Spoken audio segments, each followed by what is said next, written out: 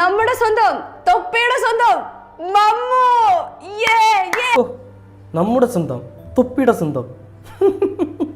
ആരുടെ തൊപ്പി, ആരുടെ മമ്മു? നിന്റെ സ്വന്തം എന്ന് പറയടി മോളെ.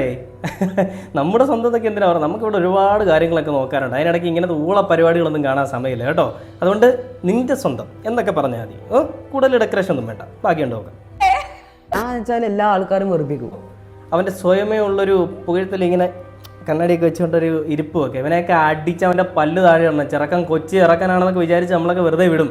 ഇവൻ്റെയൊക്കെ വായിന്ന് വരുന്ന ഇവൻ്റെയൊക്കെ മാനസികാവസ്ഥ എന്ന് പറയുന്നതേ തന്തയ്ക്ക് പിറക്കാഴിയാണ് അവനോട് ഇരുന്നോട് പറയുന്നത്. ബാക്കിയുണ്ട് നോക്കാം.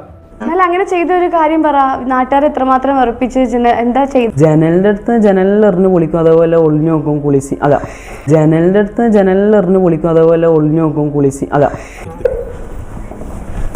അതാ ഇവിടെ പറയാൻ പറ്റുമല്ലോ. ഒരു ഇത്